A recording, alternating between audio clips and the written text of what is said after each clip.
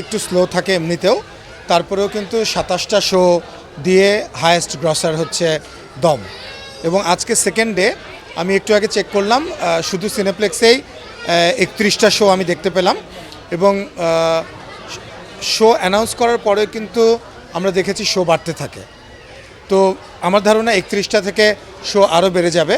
আনন্দের খবর যে প্রথম দিন থেকে অলরেডি সিনেপ্লেক্সই অ্যানাউন্স করেছে 31 শোজ অলরেডি। ক্লোজ আপে এখন আছে জিঙ্ক ফ্রেশ টেকনোলজি, যা জীবাণুর সাথে লড়াই করে দেয় সতেজ নিঃশ্বাস 18 ঘন্টা পর্যন্ত।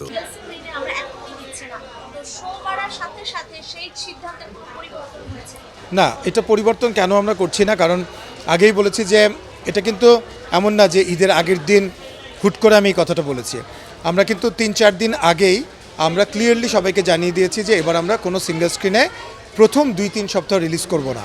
আমরা কিন্তু বলছি না যে সিঙ্গেল স্ক্রিনে রিলিজ করব না, অফকোর্স রিলিজ করব, কিন্তু প্রথম ২-৩ সপ্তাহ আমরা মাল্টিপ্লেক্সগুলোতে করতে চাই যারা ডিসিপি অ্যাকসেপ্ট করে। সারা বাংলাদেশে সিঙ্গেল স্ক্রিনের আশেপাশে যারা আছেন তারা হয়তো বঞ্চিত হচ্ছেন, কিন্তু ইভেনচুয়ালি কিন্তু তারা ৩-৪ সপ্তাহ পরে দেখতে পাবেন।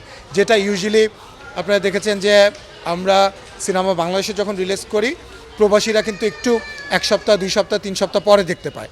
ঠিক ওইভাবেই স্ট্র্যাটেজিক্যালি আমরা এই সিদ্ধান্তটা নিয়েছি, সেটার ফলও পাচ্ছি আমরা।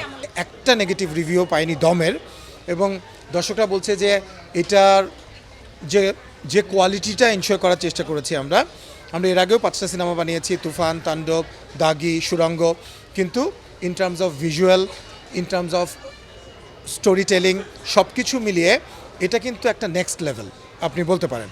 এবং যারাই দেখবে, আমরা তুফানের পরে যেমন আমরা বলেছিলাম যে বাংলাদেশের সিনেমাকে এক ধাপ এগিয়ে নিয়ে যাওয়ার চেষ্টায় আমরা আছি, যে আন্তর্জাতিক মানের যে সিনেমাগুলো দেখি, আমার মনে হয় সেই জায়গাটা আমরা হয়তো ফুলফিল করতে পারবো বলে আশা করি। দর্শকদের এক্সপেকটেশনটা ফুলফিল করা যাবে আশা